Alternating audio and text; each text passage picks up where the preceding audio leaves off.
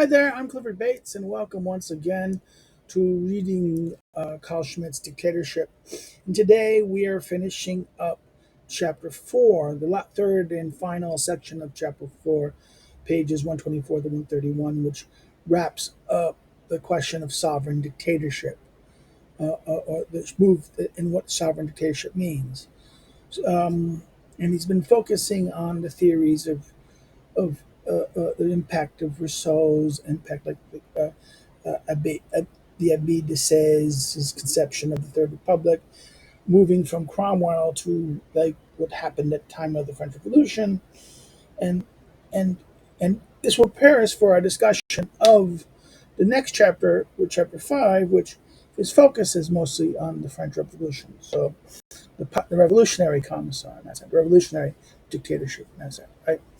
So, in this consequence of basically saying the unclear, let's look at the last paragraph for a second before this. He's talking about the representation. This idea of this is the particular relationship between the omnipotence of the constituting will emerges from the state of affairs. Right? He says a peculiar relationship with the omnipotence of this.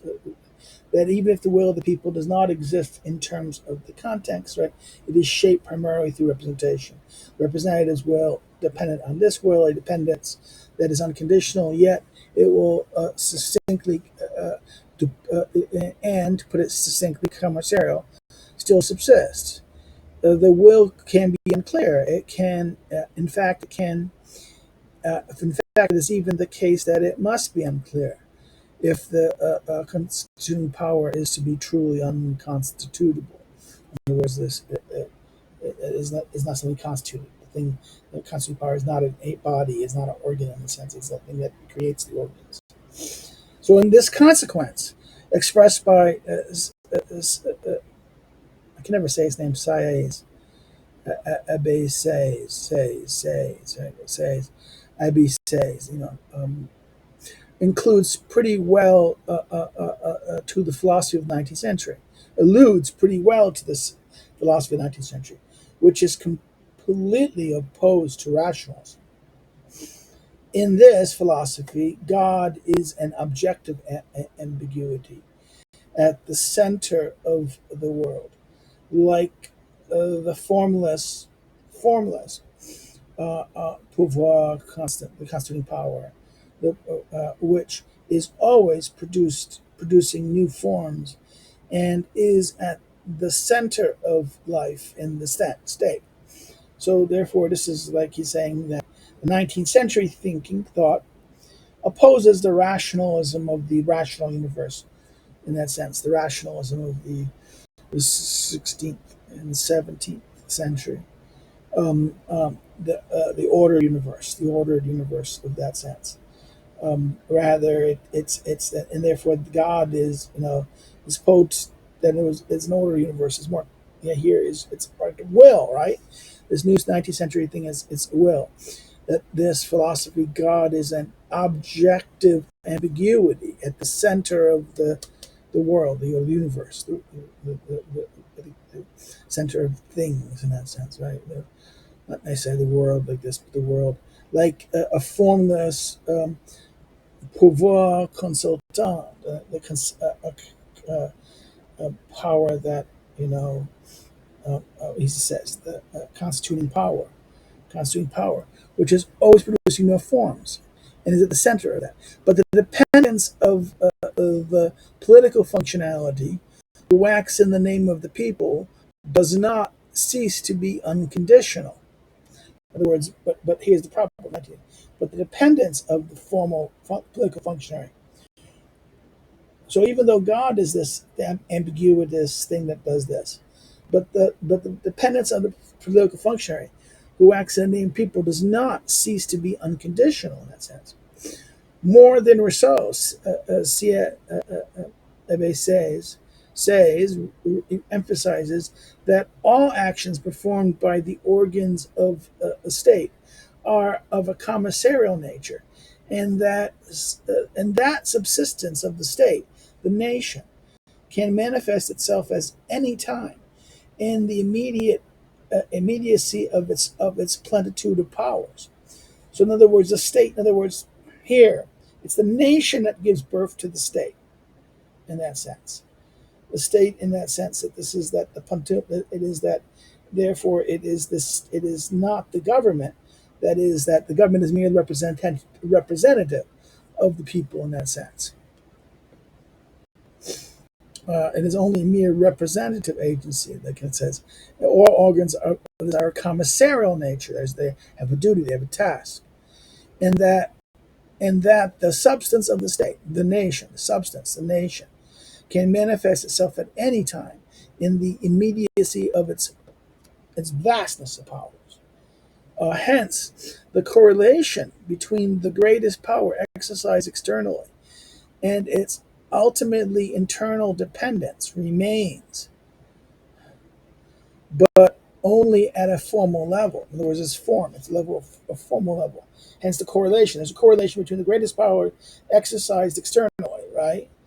And its ultimate dependence, ultimate internal dependence exists in that sense, and only at a formal level, he says. So therefore, the nation, when it acts like an external nation. It seems to be the great, all this great power, but uh, uh, uh, its internal. It is, in other words, it's free actor externally. It can act free. It can act unlimited, not limited, but it's. I think the correlation between greatest power exercised externally, right, and its ultimate interior dependence on the people is but only a formal level, right? The most important premise for the fact that the will rules and dictates would be that the more focused the will is, the stronger dependence should be. So therefore, in other words, that here's the inclination that the rule is like this: that the rule wills, the general will, or the people's will, whatever this will rules it and dictates, commands, and it says that it should that it would be more focused the will is. So the more focused the will is on something, the more stronger the dependence of the thing that is happening, the government and that thing should be to that will, right? And so far as a will that rules unconditionally goes, the ideal would be a military order uh, whose firmness corresponds to how promptly it is executed. So the idea would be a pure administration, this military order. And I think that's, in other words, in that sense, pure administration. The ideal form is thus that a will that therefore executes it perfectly, whose firmness corresponds to how promptly it is executed. In an order, this kind of firmness is certainly not the firmness of legal form, but rather the rigor of a concrete technique. In other words, no longer about legal form, a general principle, a general norm that is therefore applied, but rather a specific concrete thing of technique, right? But the commissarial relationship is also governed by the idea of a concrete activity being enmeshed in the causal nexus. In other words, there is a concrete activity, some kind of. In other words, the commissarial relationship is governed by an idea of a concrete activity that is embedded, or as he says, is being enmeshed in the causal thing that's going on. Normally, unconditional commissarial dependence of the representative requires an imperial mandate.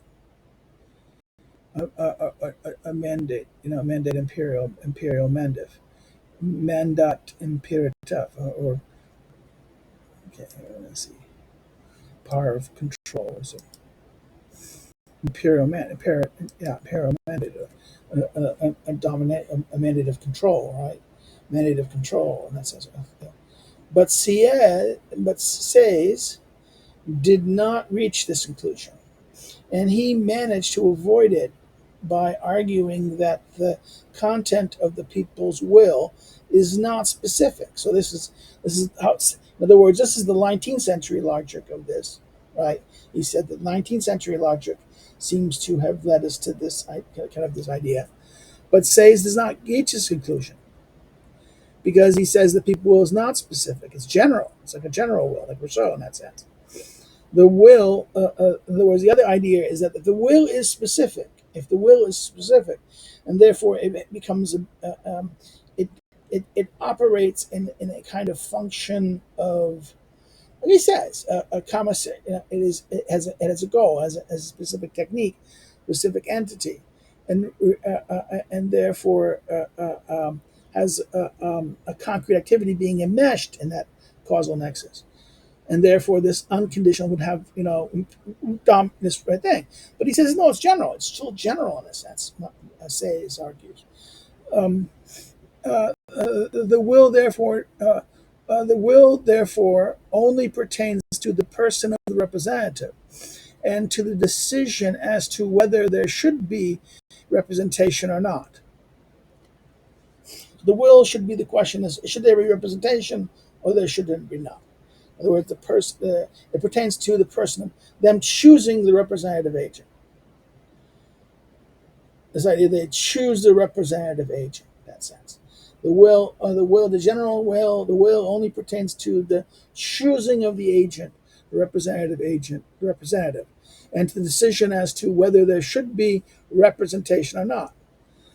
The fact that the will should not be precise, because as soon as it has been shaped in any way, it ceases to be constituting, constituting or constituent, and becomes a constituted will. In other words, once it becomes precise, it is made up his mind, and it's no longer. And once it's made up of mind, it's a constituted thing. Now, this is the question of becoming, being, and becoming versus be concluded. Becoming something, it has not yet been made, but once it's been made, the will, in other words, the will here clearly implies a decision, right? So that if the decision has not been made, it is still constituting it. It's creating it, okay? It's the act of creating. But once the will has been made, a decision has been decided, then it's constituted, okay? And that's why he's trying to make the difference here, says is only general.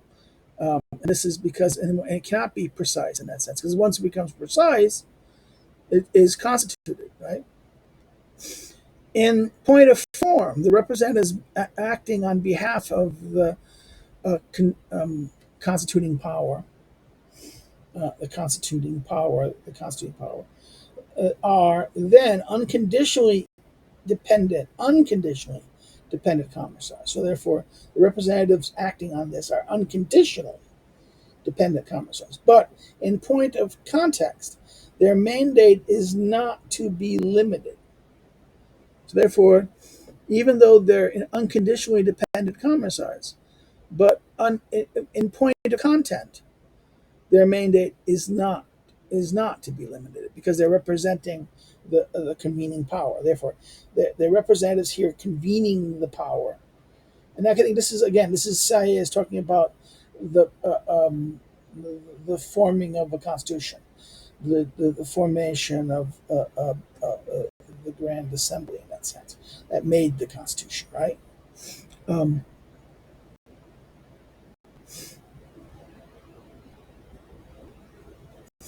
One should assume that the most general and basic drawing up of the constituting will, that is, the draft of the Constitution, represents the genuine context of the mandate. So, therefore, the mandate is that they make the Constitution.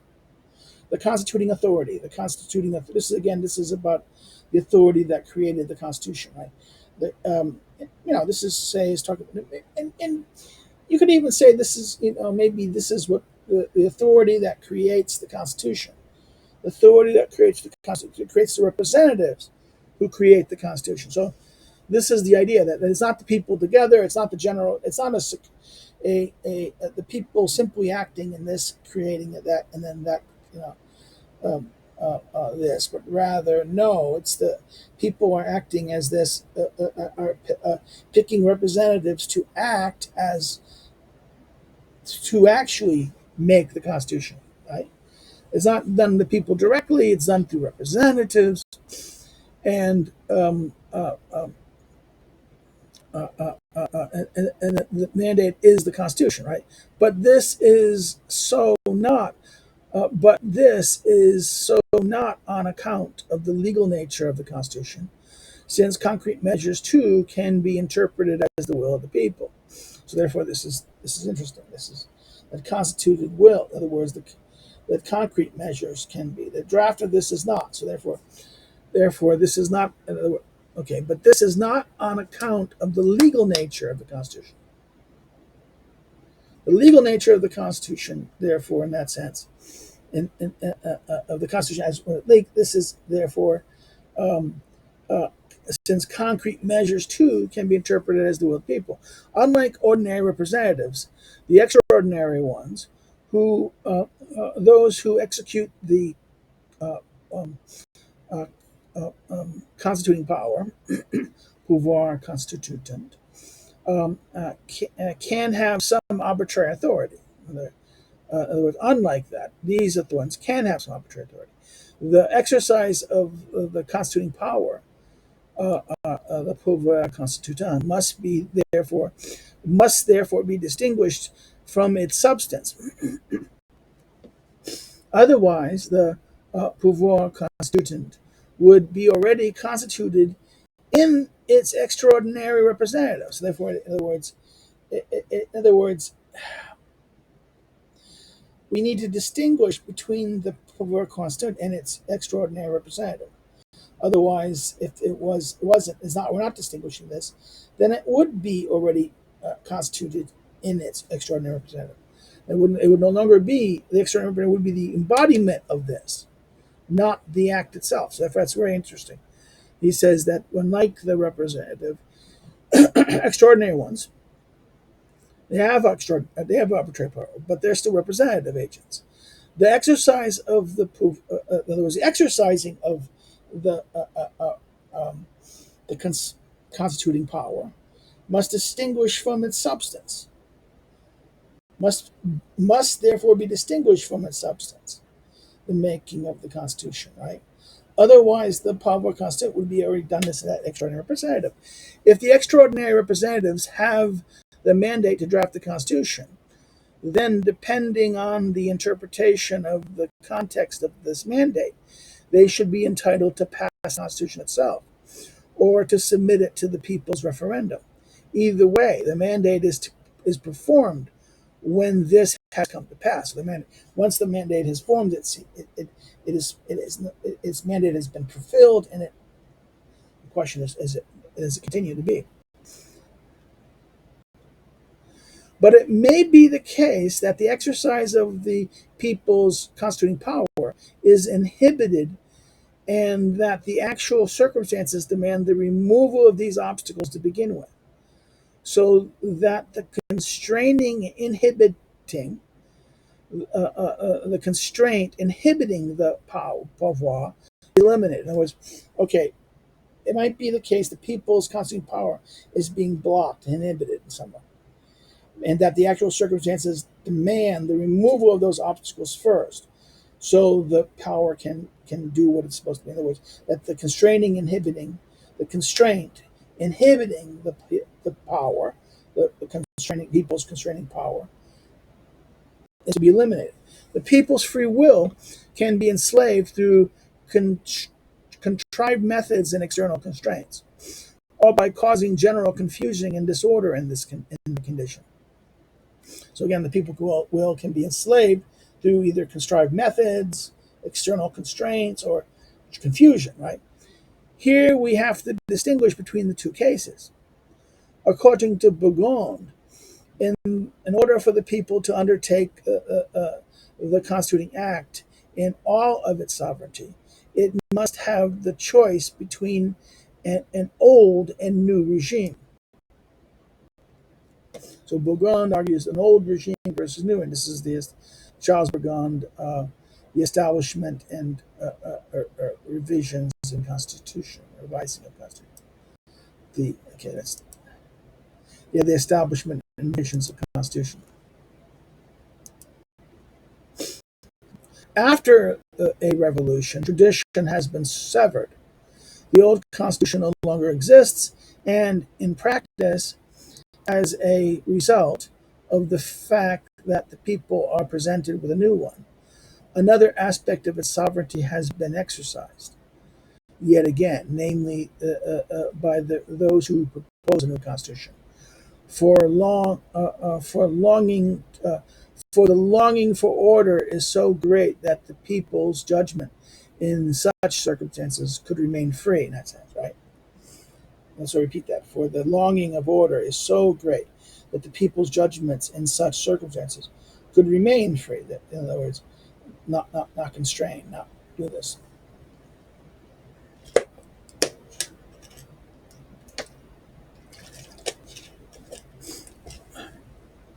So the old constitution is no longer binding in that sense. The new constitution is binding, and therefore they're no longer. This can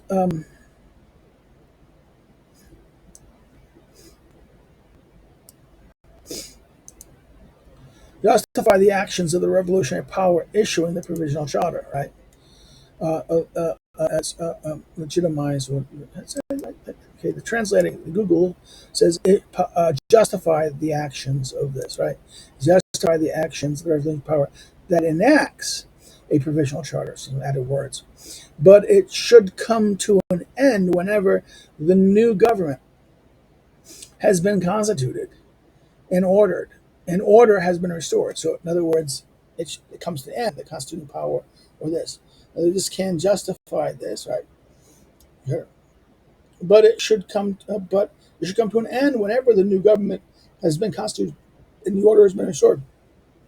Order has been restored. On the other hand, the same principle can apply even before the disorder caused by the revolution occurs.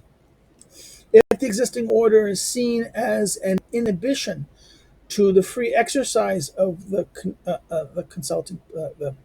constituting power, the pouvoir constituant, so that new revolutions and a new appeal to the um, pouvoir constituant are always possible. In other words, it could be that the same principles can apply before that, because if the existing order is seen as an inhibition to the exercise of this, a new revolution and appeal to this is always possible. The task of clearing the way by eliminating the existing order through a revolution would then appeal once more to the constituting power and would make itself dependent upon it. So the task of this would appealing to it and would make it dependent on it, right? That's why it's acting on that behalf. It's kind of a clean metaphysical, interesting that in order the order is, they see the order is blocking this people from making a new order.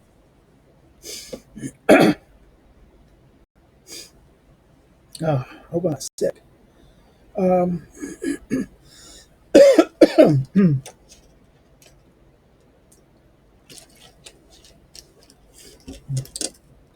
I'll probably have to turn the fan softer or something.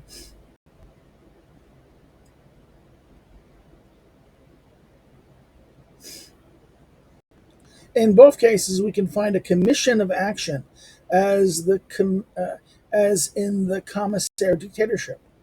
A commission of action, as in the commissary dictatorship.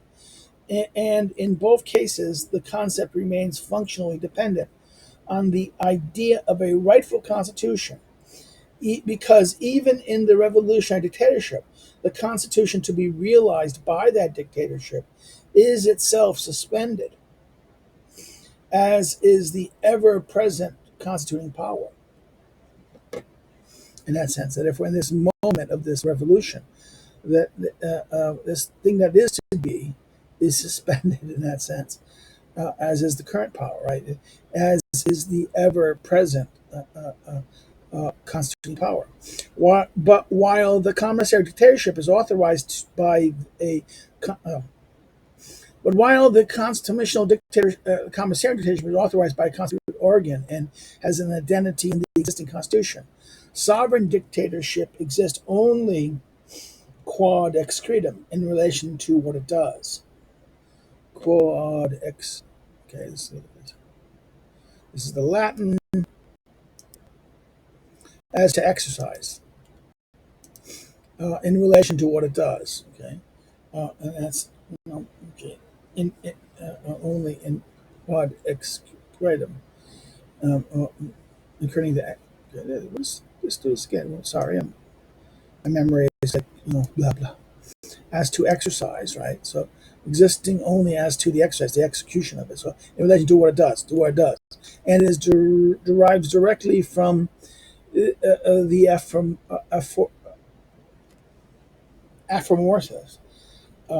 amorphous,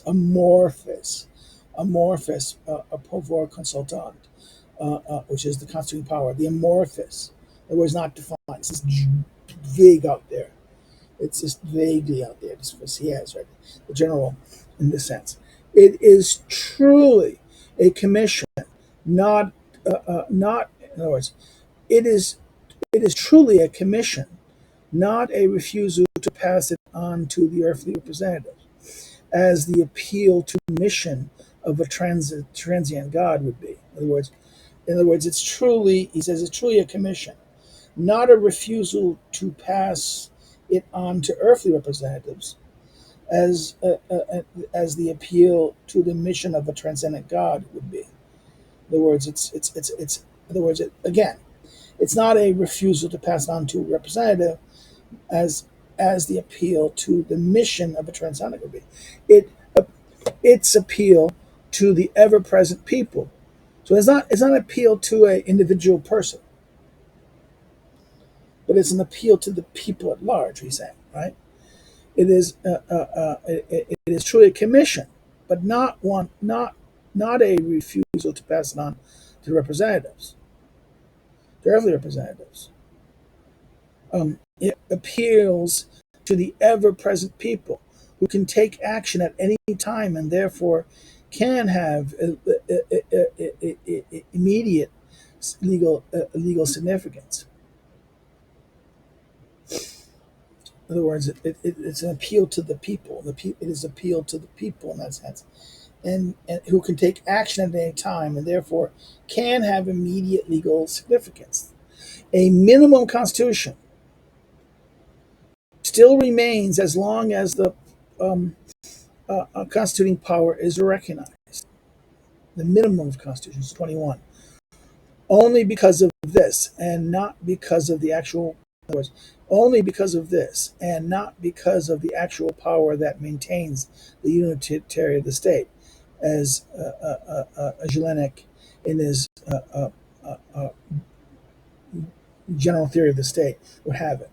In other words, he's challenging Jelinek. It's because of this that the people maintain it in that sense. It'd be not because of the actual power that maintains the unity of the state structure. That's it. And remember, this is why Jelinek wants to make revolution, internalizes revolution inside a process and controls it, right? That's the criticism that Schmitt has of Jelinek.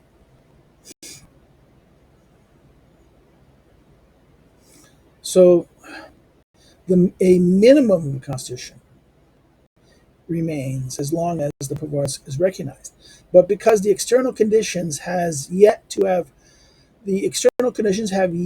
be created in order for the constituting power of the same people to come into effect in the specific circumstance that justifies dictatorship on its own premise.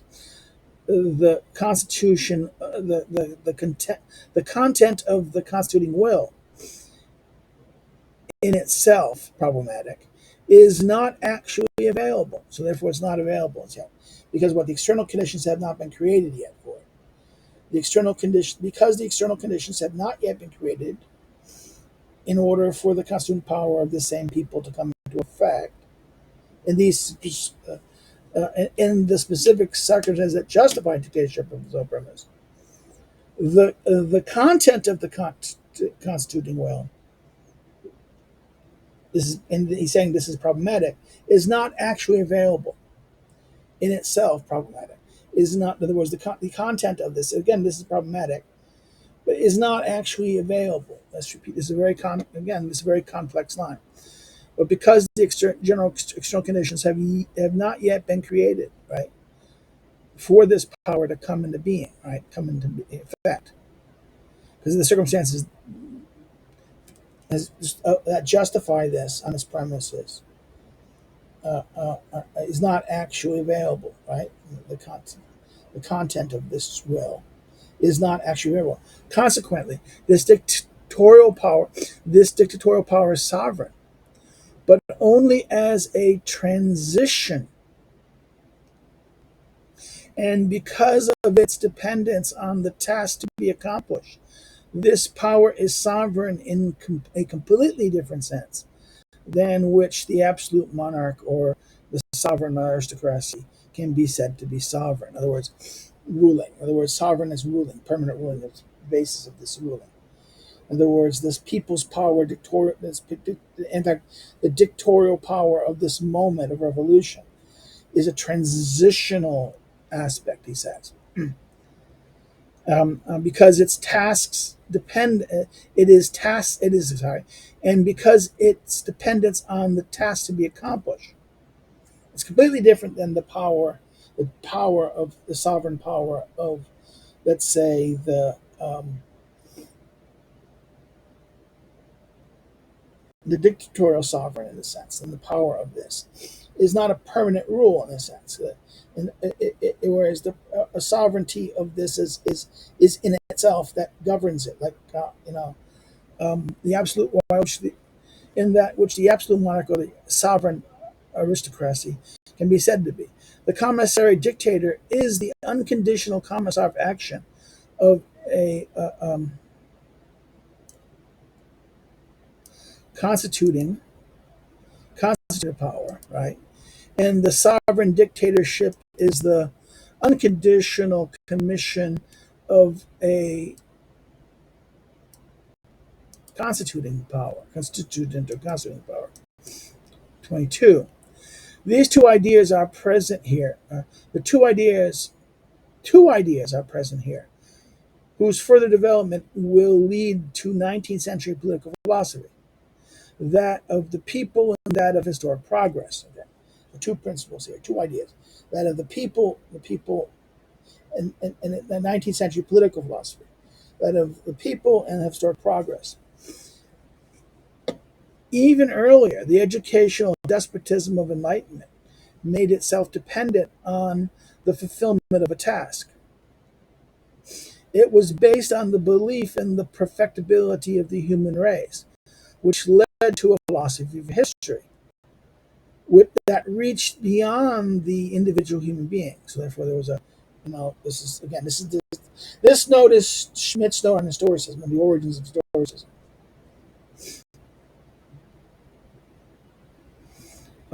This theory of philosophy of history was systematically grounded in two entirely independent systems of the 19th century, Hegel's and Comte's. Hegel's idea and Comte's, two different systems. But Turgot in 1727-81, his lifetime, had already articulated what became known as Comte's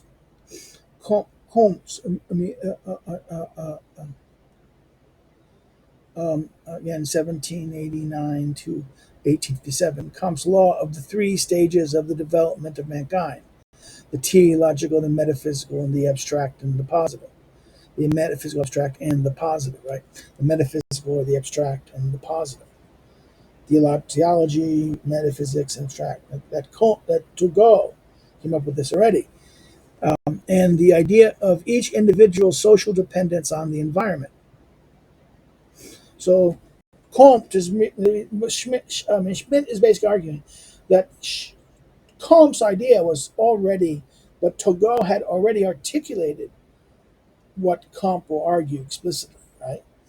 And concordance,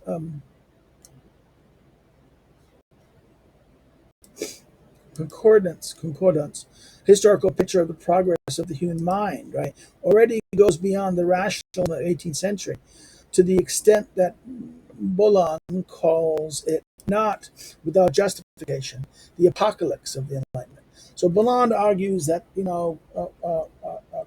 Comte undoes it in that sense. It is the apocalypse, the end of the Enlightenment. In this context, however, progress is unfailingly the fruit of conscious human activity, conscious human activity, and hence the context of the dictator's task is to facilitate this process in a positive manner, contrary to the immanentist understanding of progress in the 19th century. So, therefore, in other words, it's rational. There's a difference. The 18th century understanding of progress is still tied to consciousness, the mind, and therefore rational, right? And and the content of the dictator's task is to facilitate this progress in a positive manner, versus the immanentist understanding of progress in the 19th century. This is the contradiction that Renouvier had already highlighted very aptly. This is the contradiction that Renouvier had highlighted very adaptly. There was a scholar. Right? This element of the element of a philosophy of history and Kantian philosophy had been abundantly outlined.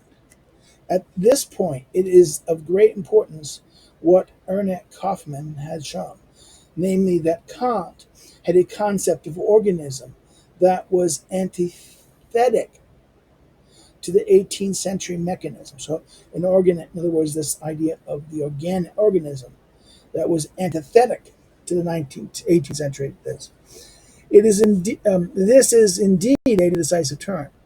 For the rest, Kantian's philosophy of right is the sum of rational natural law, which begin with coexistence among humans and is developed to the highest conclusion and with the wonderful clarity, right? Therefore, neither emergency law, nor Nachricht, nor grace are possible for Kant. For him, emergency law is coercion without right. By comparison, the transition. Okay, this is so wonderful. Hold on. Okay, sorry, I said I'd do something with that. In other words, um, this moment. I mean, as he says, I repeat this line that at this point, Eric Kaufmann's work on this has shown that Kant had a concept of organism as antithetical to the 19th century, and this is the decisive term. For the rest of Kant's philosophy of right is the sum of rational natural law, which begins with the coexistence of human beings and developed into the highest conclusion and wonderful clarity. Again, this is the Kant, right? Therefore, neither emergency law nor grace is possible for Kant. For him, emergency law is coercion. So this is Kant's rational. By comparison, the transition to a philosophy of history, which is more clearly visible in Fichte, one could maintain here, for the matter, Emile Lasc's count, but with one addition. The cardinal point is the concept of dictator, an oppressor, oppressor, whose insights are ahead of his time and people, not someone with a mere calling, arbitrary will, not mere with a mere calling and arbitrary will, who would put into practice a freaky idea like Napoleon, but someone possessed of enthusiasm and an absolute will. So this is Lasc's position here in this. He is the oppressor invested by God, formerly a tyrant or usurper, who first shapes the people and then reappoints the constrained as his judges. This is an exceptionally important rendition of the idea of sovereign dictatorship. Mankind, as a reluctant nature, will be forced to become subject to the rule of right and higher instinct, without either mercy nor clemency, whether it understands it or not, quote unquote. Okay, so this is interesting in that sense. He becomes what he says, this double sense, right? He is he is oppressed. He is the oppressor invented by God, formerly usurper tyrant, who what shapes the people and then reappoints them as his judges. Mankind is a reluctant nature. We will be forced to become subject to the rule of right against his will, forced to get freedom, forced to be free, right? So, and higher insight without either mercy or clemency, whether it understands or not. Admittedly, insofar as the state cannot become a fabric of children, it cannot be a fabric of children. It cannot govern nature, so that the state cannot be a fabric of children, fabric, Kinderfabrik. It must govern nature. It cannot govern nature, but it should become instead a fabric of education, right? The Bund, okay, Bildungsfabrik, right? The fabric of education. The quotation comes from Emil Last's work, the seventh book. The point at which the legal despotism of enlightenment turns into a philosophy of history cannot be specified with any greater accuracy. In Hegel's philosophy, there is room for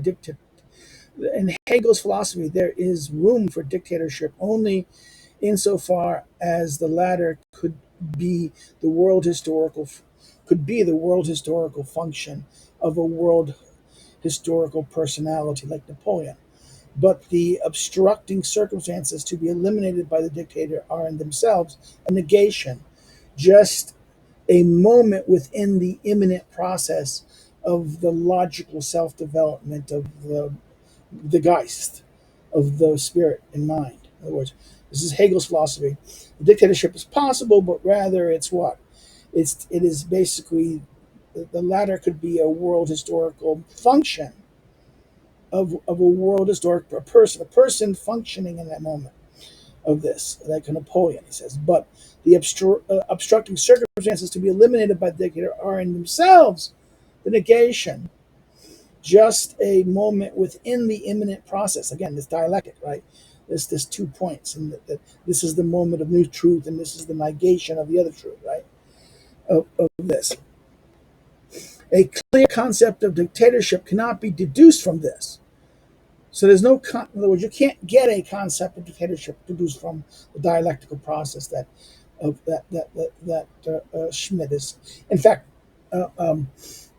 I would say Schmitt is denying, would basically criticize Hegel, criticize Kojève, who can argue that you can get a kind of authority, a permanent authority based on a sort of rule or sort of authority based on the master-slave dialectic, the mastery of the logic of the master-slave dialectic, as he argues in his, Kojève argues in his little book that we looked at before, check out in our videos, the notion of authority.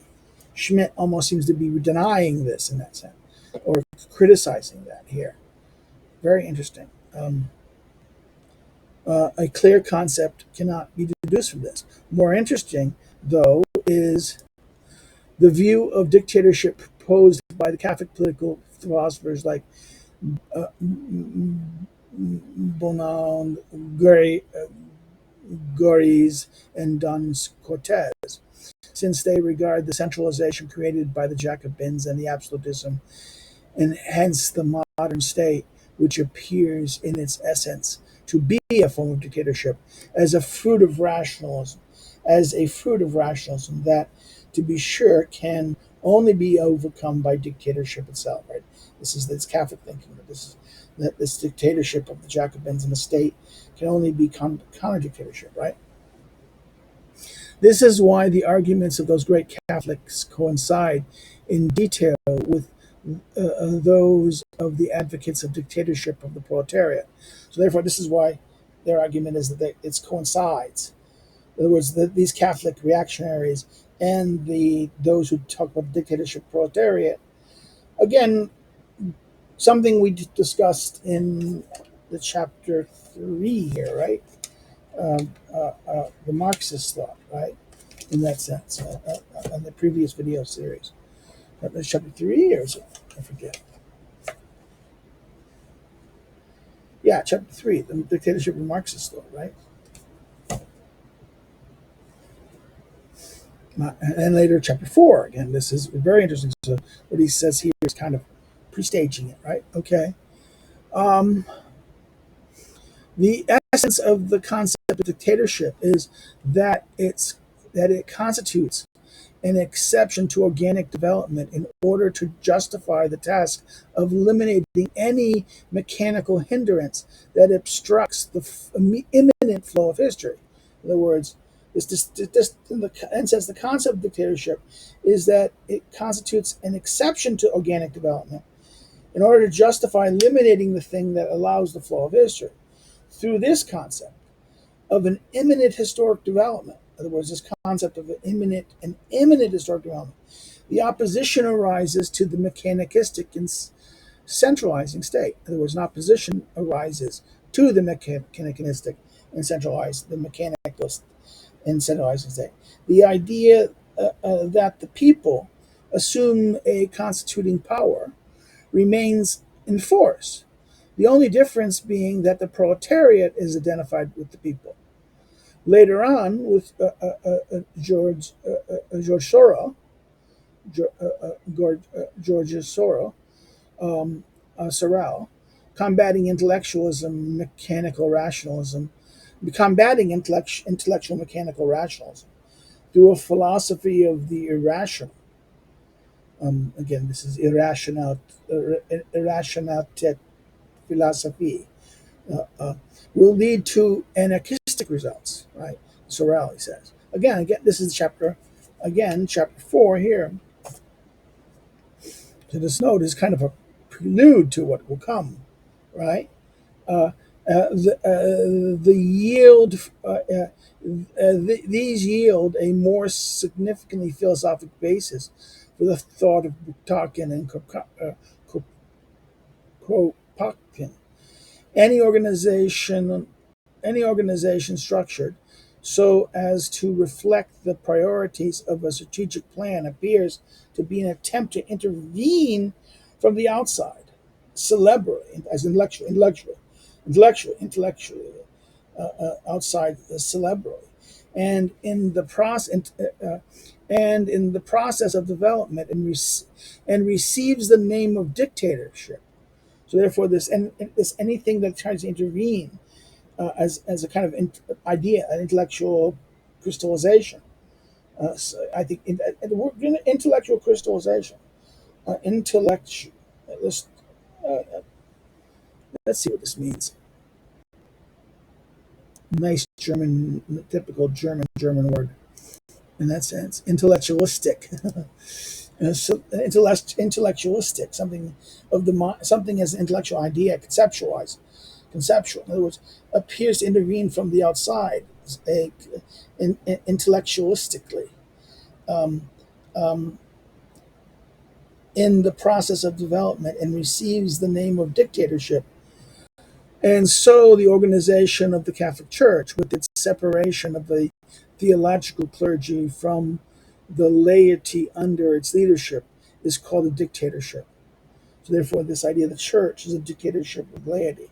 So therefore, this outside intervening agent, right, is a dictatorship. While in Sorel, while he launches into the critique of modern state, one comes across sentences that could have been featured word for word in the historical political publications of the 1930s. Okay, so this is a later note, I suspect. So Sorel's note could have been written in the 30s. But for Sorel, the most basic way of putting into practice the idea of dictatorship was the performance of the National Convention of 1793. which he considered to be a typically rationalistic dictatorship. And he distinguishes it from the violence créative, the creative violence of the proletariat, in dealing with uh, in dealing with which he demonstrates an intrusion of the historical significance. He demonstrates in dealing with which he demonstrates intuition an intuition of its historical significance. In other words, this is the intuition of the significance of the convention. That it's a shift from the convention of 1793 is so rationalistic, and then the violence of the proletarian revolution, will be this violence of will, this imposition of will. I have given here in this short survey, which is only sketched out in the most genial outline, in anticipation of a more detailed exposition, to call attention to the systematic context within which the concept of dictatorship of the proletariat can be grasped appropriately on its own. In other words, it can only be grasped on its own. A critique of the views of Marx, Engels, Lenin, and Trotsky as such as in other words, a critique of the views of Marx, Engels, Lenin, and Trotsky, as such as Hoelzl has recently published, which is by far the best. Socialism and this is his 1920 book, Socialism and State: An Examination of Political Theory of Marxism.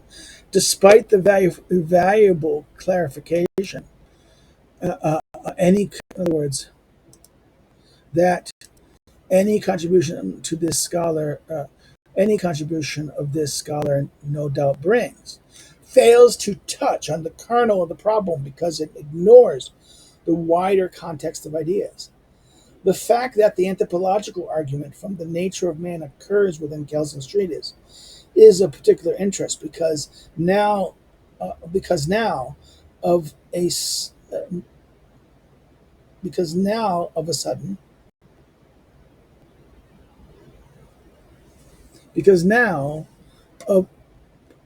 is bad. This is awkward. Now all of a sudden, I would think, because all of a sudden, now or current, because now, I think it's all of a sudden, now all of a sudden, it should serve democracy. Okay, because now, all of a sudden, okay, I think there's an editing error here. All of a sudden, immediately, right now, I wish I had the German. I really do. I wish I had my German edition. It hasn't come yet. It served democracy, whereas in the rest of his history, an absolutist form of the state had been made. In other words, the rest of his history, an absolutist form of the state, has made a use of it. This idea of this, it is a particular interest. In other words, the fact of an anthropological argument from the nature of man occurs in Kelsen's theory. Is of this because now it's being used to make it serves democracy. Whereas in the rest of his history, an absolutist form of the state made use of such a thing. See his comments at page 9 and page 111. Like this. So a contradiction inside of his thought, his anthropology. He doesn't pay attention enough. He brings all doubt, ignores the wider context of the ideas. In fact, that he makes an anthropological argument justifying that now this force justifies democracy. Well, that same anthropological argument used to justify absolutist rule, and he says. Well, let's go back. This is a huge note.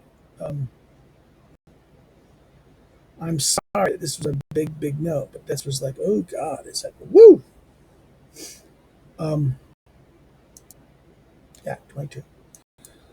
So again, this was all tied to this last paragraph. The commissary dictatorship is dictatorship under commissar of this, and sovereign authority is the kind of conditional commission of this power, right? So, a national convention assembled on 20 September 1792 was given the task of drafting a constitution, and it was an extraordinary organ. It was an extraordinary organ of. It was an organ of a constituting power, and it was an extraordinary organ. Extraordinary organ, not a permanent organ. After it drafted the Constitution of 24 June 1793, and the people accepted in in a general election, its mandate, and therefore its authority were concluded. Because of the state of war and domestic counter-revolution movements that threatened the Constitution, on 10 October 1793, the convention decided that the provisional government of France should be a revolutionary one, should be revolutionary until peace had been established. So the convention established this October, right? It still continues, right? The convention discussed. The Constitution of 1793 was suspended through this action and never came into effect again. Although here a constitution already agreed upon was suspended, this is an example of a sovereign dictatorship. In other words, the action here of the convention, it is clearly that they granted a constitution, they should have ended. Their mandate should have ended. But instead of ending, what happens is because of the counter-revolution and because of the state of war, the convention declared a revolution, right, until peace had been established. So the Constitution was suspended through this action and never came into effect again. Although here a constitution already been agreed upon was suspended, this is a sovereign dictatorship. On the execution of its mandate, the convention ceased to be a constituted organ. Right. So in other words, on the mandate is that the convention ceased to be a constituted organ. Neither in the mandate to draft the Constitution nor in the Constitution itself was there any mentioning of a suspension of the Constitution. Hence, a constituted organ that could declare the suspension did not exist. So that the act, it was acting as a constitutional dictatorship in that sense. In other words, it wasn't the convention created the Constitution, that therefore should have existed. And the new Constitution had, in other words, it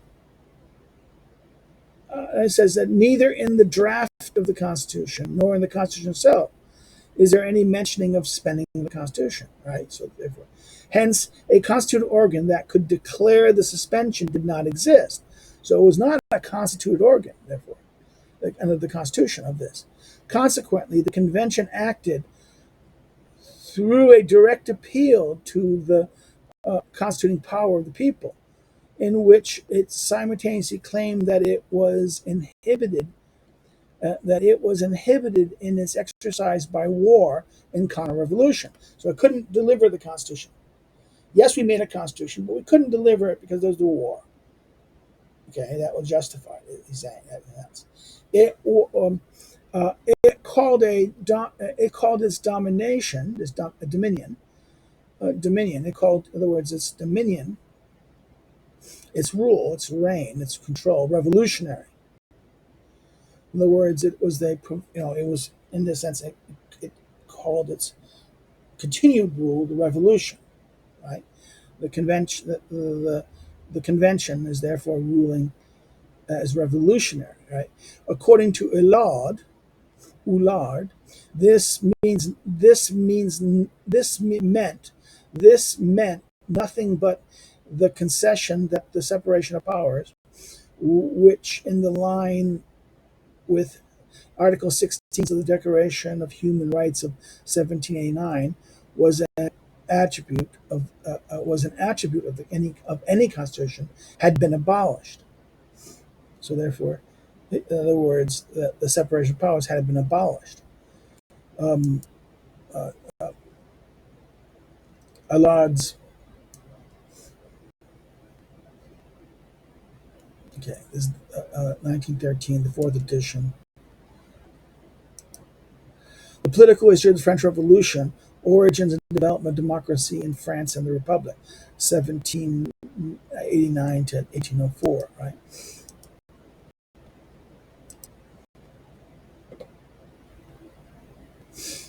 Um, but the Constitution of 1793 no longer mentioned the separation of powers within the content of fundamental rights. So therefore, the 1793 Constitution no longer ordered that. No longer mention the separation of powers within the context of fundamental rights. It is, however, in tune with the language use at the time to call the suspension of the separation of powers a state of exception. In other words, at the time of the language at the time, right?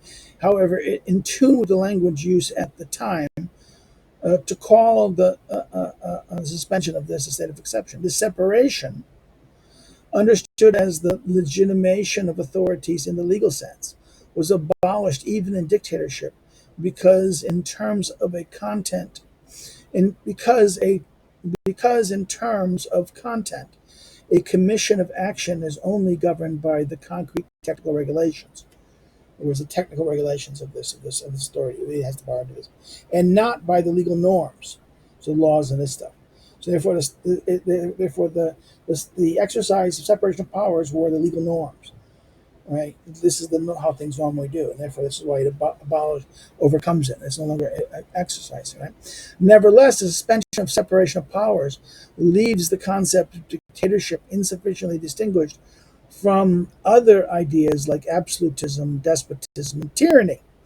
So therefore, this is important. It blurs it. In other words, it leaves us blurring these things of absolute. In other words, this dictatorship does this, destroying the separation of powers.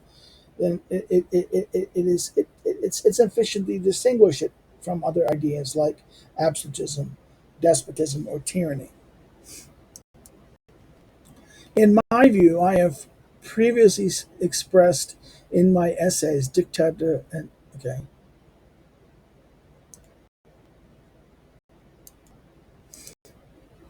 Dictator in the State of Siege. In this article, it dominates the debate on the Constituent Assembly and and later corporations. Hoelzl had offered a clear view of the Constituent Assembly in his the theories of the the state theories of the National Assembly of the French National Assembly of 1789. Right, so the stock theories of state, the theories of state of the Frank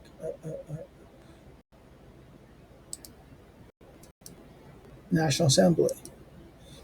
Um, on views about constitutional power, on page 151 on views about constitutional power, and page 121 on the separation of powers.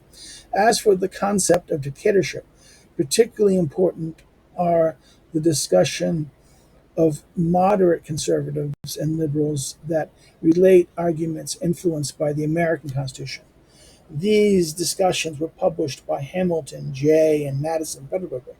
The great significance of this influence, which Lord Acton pointed out in his lectures on the French Revolution, page 37, is particularly evident in the discussion on the King's veto and on the two-chamber system and the federalist decentralization of France. The contradiction between federalism and Jacobite dictatorship will be discussed in the following chapter, right? Namely, in the statement from people like Moulet and Morier, who refers to Dolomier, and Talian, who refers to Blackstone, and so on. At later times, Robespierre, Menat, Deton, Couton, Custine, and so on, the names are countless, are called dictators. The name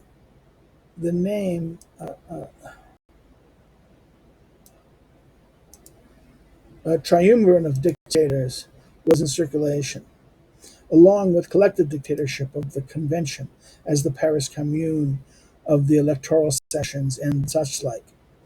See an interesting article by Gustave Gotting, Beaumont at Waterloo. When Robespierre was overthrown, people shouted, "Down with the tyrant!" And on 18 Brumaire, before the successful coup d'etat, "Down with the dictator!" In fact, that Marat asked for dictatorship. Marat, who was portrayed almost as an anarchist in Baton,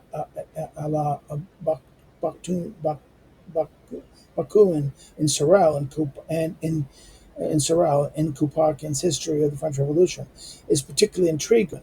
See Orwell's History, page Oulard's History, page 263, and above all, Mart's speech of 25 September 1792 before the convention. Therefore, he speaks against the movement, in other words, against the impetus and chaotic movements of the people. In other words, there he speaks, this is Marat. Uh, impious and disorderly movements of the people, chaotic and disorderly, which should be under the direction of a wise man, rationalist in that sense, not this incrementalist anarchist in that sense. It's very interesting. Dictatorship. Again, this is another case where Schmitt is like outstanding as a historian. It is in the very own in other words, in that long note about this, right, about the dictatorship and how these two things connect. It, in a very general sense, any exception from a condition conceived of as normal can be called a dictatorship. So very interesting. Any dictator, in a general sense, any exception of a condition conceived, of a condition seen as normal can be called dictatorship. And so this world can degenerate. So this word can degenerate, designates, I generate to designate an exception from democracy, from constitution guaranteed liberties, from separation of powers, or as the 19th century philosophy of history, or as in the 19th century philosophy of history, from the organic development of all things. Okay, that's, again, this is another Schmitt moment. Um, so again, Schmitt does this wonderful line here in a sense. I always have to like, oh, Schmitt, oh my God, Schmitt.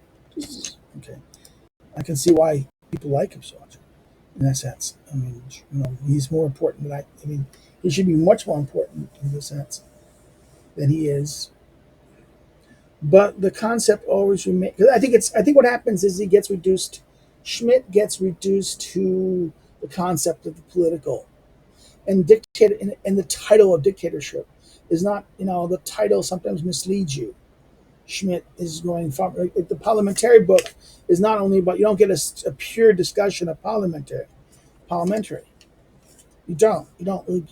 get rather a movement of why parliamentarianism transitioned against and the problem. So it's more the change of parliamentarianism.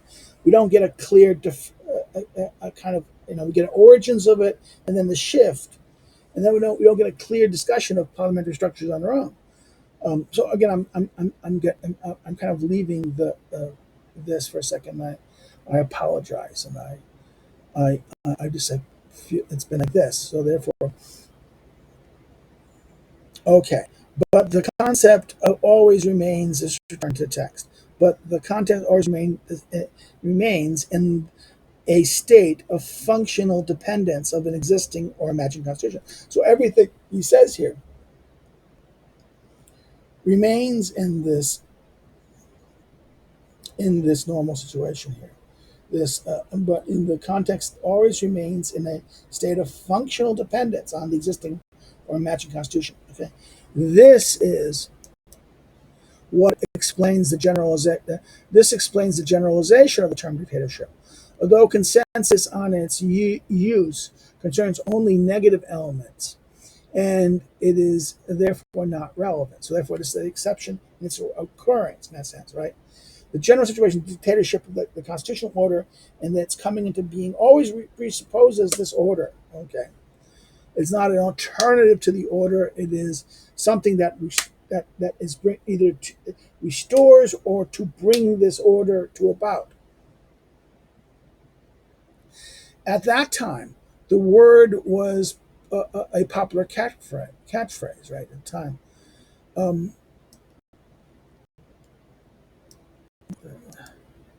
we constantly talk about dictatorship. People talk about all the time, says Baton in a speech of 5th April 1793, in which he justifies the establishments of the Committee of Public Safety, right?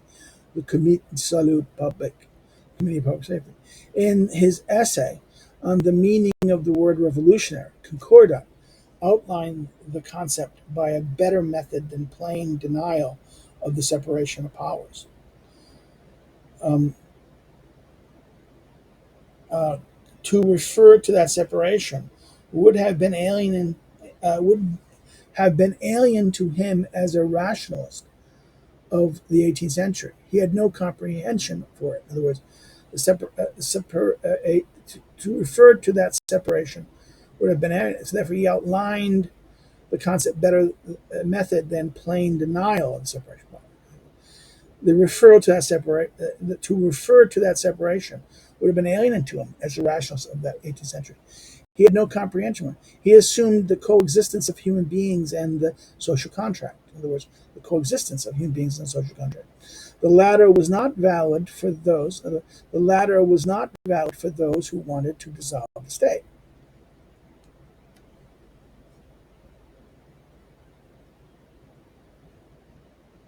Reason. From there, he proceeded to a weighing up of the interests, and this promotes the more pressing interests, namely the assets of the social contract, which outweighs human rights. So the assets of the social contract outweighs the natural liberty of this, right? So therefore, this is interesting. That writes in other words, that the benefit, that the natural rights that we have in the state of nature are less the benefits of the social contract that are produced by the social contract. That is much more better, right? In that sense, in other words,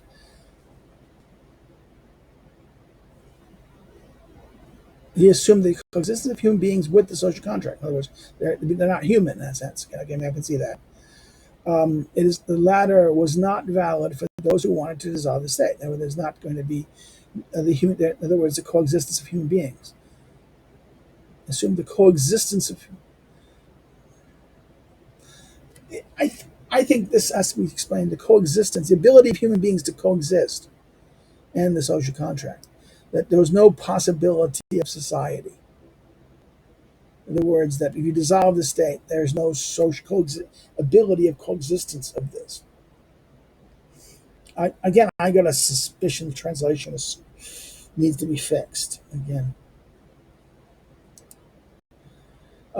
From there, he proceeds to weighing up the individual interest in promoting. It was he then goes into the concordat, goes into this massive moment of messing, measuring, right? And he says that this way, to some extent, this follows. To some extent, this is to follow an entirely non-juristic logic of collusion, right? Um, um, Logic of collusion, of interconnections, his mathematical system of correlation, right? In other words, to some extent, this follows from an entirely non-juridic, non-legal logic of collusion. But then Concordat goes on to say that the word revolutionary refers to a condition that distances itself from the axiom of justice, a condition of practical measures defined only by the actual circumstances. He even defines revolutionary law as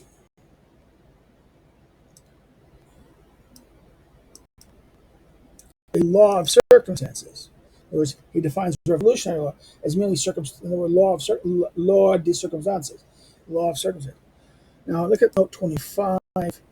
This is again from Concordat's works of Ross Zelig's on the you know theory of constitutional powers on page 392 calls the revolutionary government, the government revolution, the great nothingness, and the rule of Robespierre, congenial dictatorship of the Committee of Public Safety. Then he mentions the dictatorship of the convention, too. Um, this is, again, Zillig's ideas, unfortunately, are not elaborated upon. It is important for political science. If one wishes to apply constitutional categories of all, in other words, Zell's idea is not, unfortunately not elaborated on, is important for political science. This is Zell's idea right there. If one wishes to apply constitutional categories to all, then one is inclined to say that in those days the formal regulations of state needed were exclusively promulgated through administrative decrees in the wise sense. The complete lack of a more real, that is, more general legislature, and of substitutes for it deriving from an administrative act linked to circumstances of the case is the true characteristics of this revolutionary regime as well as others. So this is Zell's idea. But this is, for him, this is that this Schmitt, in quoting Zelig, is saying, listen, this is important. What is only a temporary thing, a revolution in this moment, becomes temporary. What is understood as temporarily means towards an end.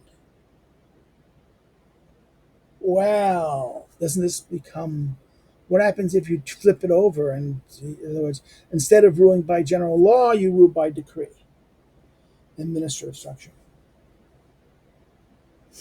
I can see where Schmitt will then get in his legitimacy, the move from the shifts of the four types of state, right? Here is that moment in that sense. So let's go back. Again, this has been eye-opening. The wider question is, so therefore I'll ask the wider question: who was the subject of the sovereign dictatorship implied in the revolutionary government? Who was the sovereign dictator? Officially, the word dictatorship was rejected because it was the catchphrase of the counter-revolution. Moreover, it had too many associations with military rule that the Jacobins feared more under the description of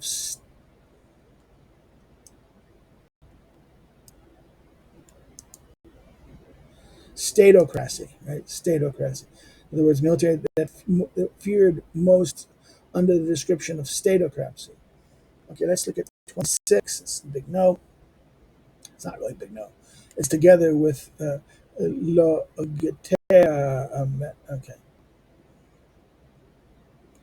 Together with the agrarian law,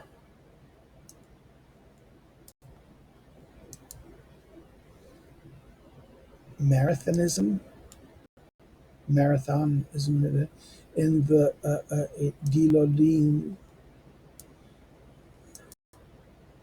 the Orleans. Okay, yeah, that was okay. Um,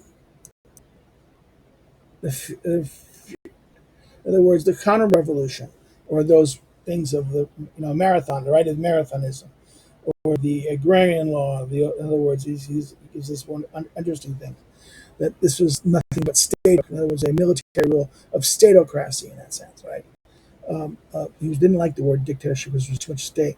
The revolutionary power was too great, so therefore the official dictator was rejected in that sense. Nevertheless, Barriere's speech mentioned above gives a very clear picture of the legal situation against which the normal usage of the word dictatorship by the Committee of Public Safety or by Robespierre fades away. The reference to Republican Rome could not have been missing from this speech, nor could the fact that in times of revolution and conspiracy, dictatorial authorities were necessary in the interest of freedom. But as he explains, when he suggested the establishment of the Committee the committee du Salt, the Committee of Salvation, the establishment of the Committee of Salute, as Committee of Salvation. He did not demand such authority because the committee could not be given any legislative authority, and as such remained always accountable to the convention. Only the executive could control and expedite. Only the executive could control and expedite in that sense. So the committee is acting not as legislative, but the committee will only be executive in that sense, right? Only the executive could control and expedite. The practical significance of this seemingly ominous right of control will become evident in the following chapter. But Barère's argument concludes that the committee was not a dictatorship because it did not merge legislative and executive powers. That would fit with the standard definition. That would fit with the standard definition of dictatorship as a suspension of separation of powers, right?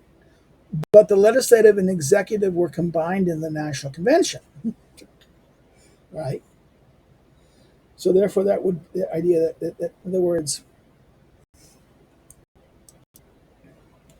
so the commission was not a dictatorship because it did not merge the legislative and executive power, right?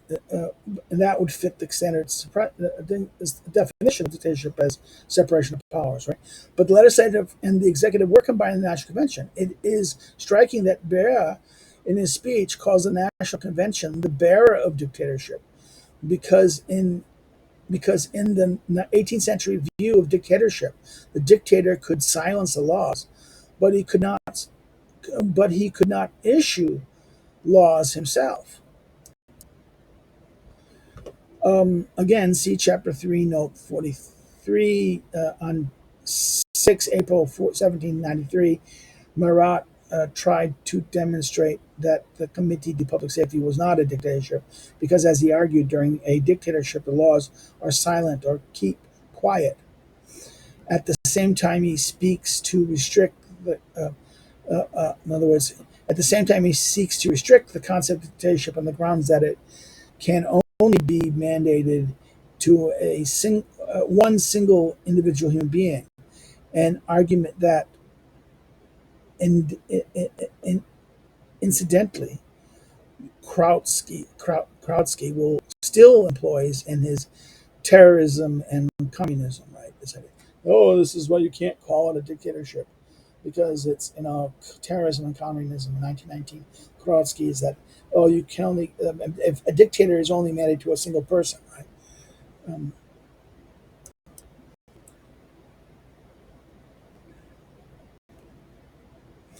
Yet Barère,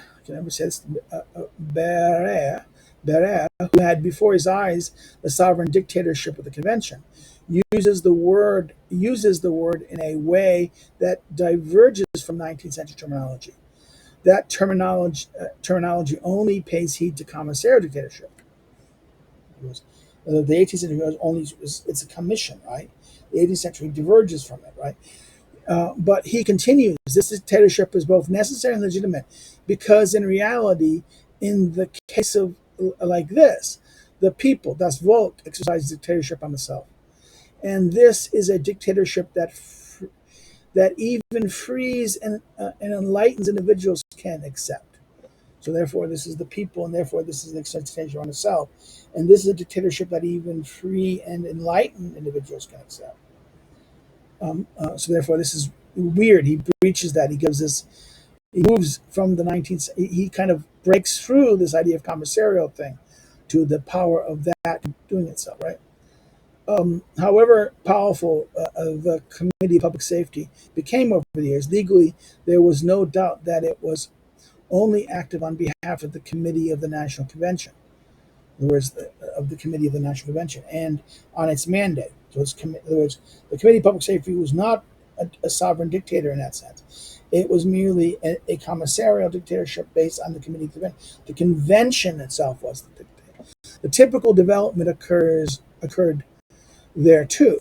The working committee dominated and deciding the working committee dominated and the deciding assembly, and in fact ruled. And then the influence of an individual slowly became decisive within the committee once again, so that in the 3 months before the execution of Baton and until 9 Thermidor, Robespierre dominated the committee, and the committee dominated the convention. So therefore, this is interesting. The committee, the working in the committee. In other words, the committee was under that. The committee of behalf of the committee of the National Convention. The working of the committee dominating the assembly decided the assembly that in fact ruled. In other words, and therefore the influence solely with the one who controlled the committee that controlled the assembly. So right. Um, so therefore, this is that structure. He says. Um,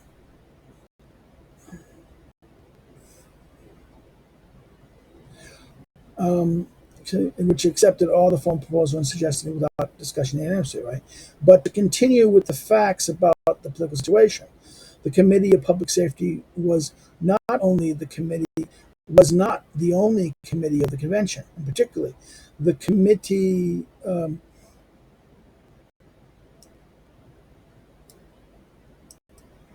The General Security Committee, the Committee of General Security, developed an autonomous activity of its own, whose history has yet to be written. So, in other words, we pick up public safety, but the general safety, right? The committee always remained financially dependent on the convention. Therefore, Dujet is not completely accurate when he says that between 1792 and 1793, the committees of the convention were the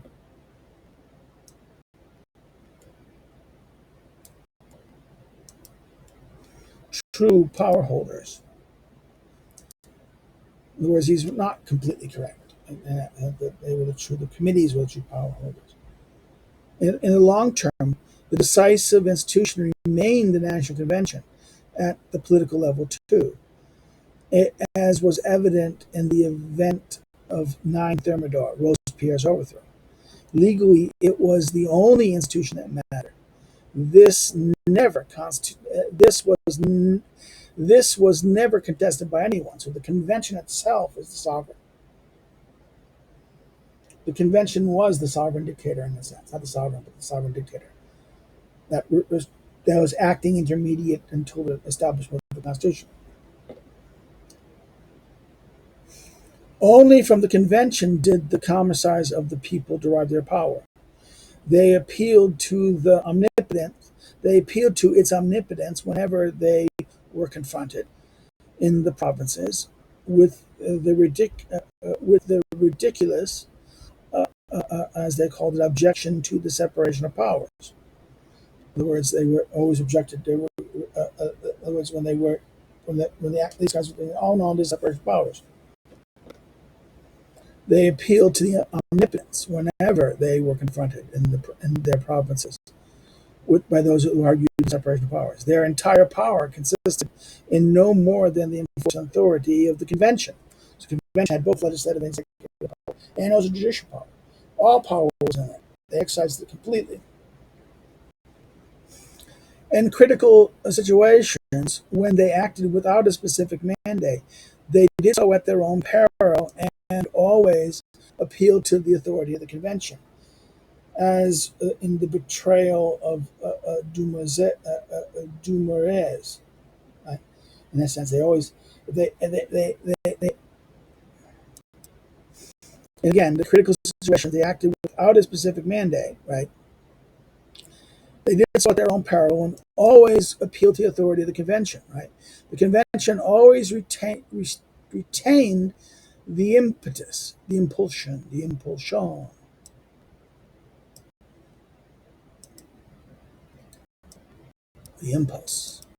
the impetus. The state was the actor. It is the will. It was the thing that was acting. The thing that was emanating the authority. Right.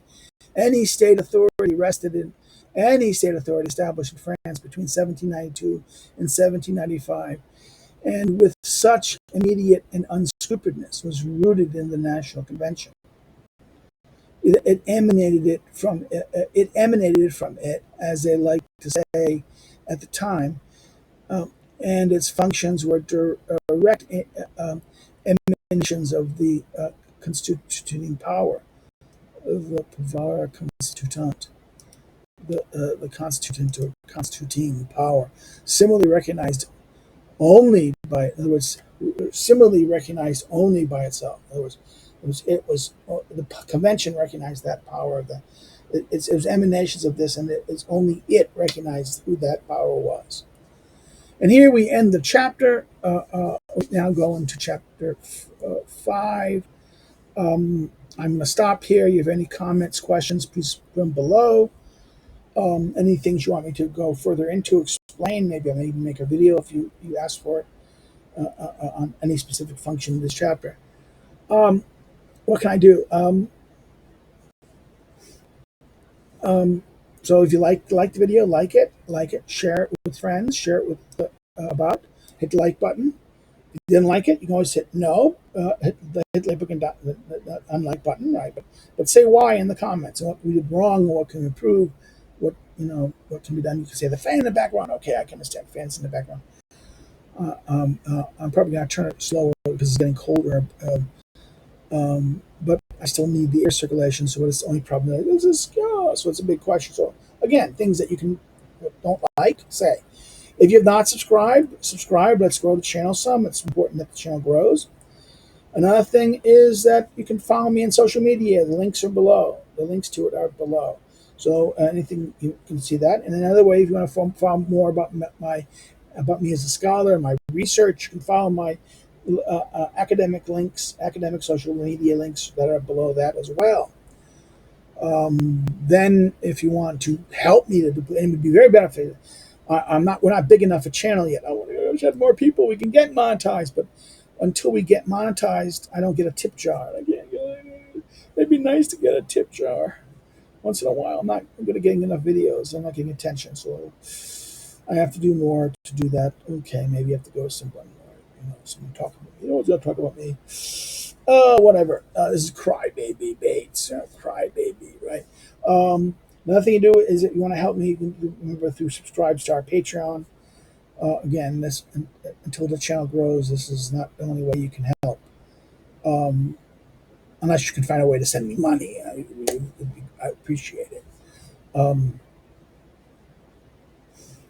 Another thing you can do is you can buy one of my books listed below. You can do it. The links, the 3 books that are listed below, are available. But if you buy the Lulu book, the notebook on Aristotle's politics, this would be best because this is the one that I get direct money from, more money. The other book's money goes to profit, goes to the publishers. So the Lulu one kind of goes more to me. Another thing is, but all the books you can go through Amazon, Patreon, Amazon or at Barnes & Noble or any online bookseller or your local bookstore. On this, I'm going to say, again, this is Tuesdays, Thursdays. We're going to be doing this. Struggling on the idea of the appendices. This is going to be a tough one to do the appendices. There's like 4 appendices on the Constitution, Weimar Constitution. And think about, should I do them or not? I'm gearing towards not because they're too specific. And someone says, maybe you should do them. And I might do them in the future, but for the purposes of this, I might stop soon. And that's it. So therefore, Fridays again, always a live stream or chat or something, or maybe even a book club or book talk or something. Okay, but that's it. So see you there. Take care. Have a good day. Take care. Bye-bye. Good luck. And have a good one.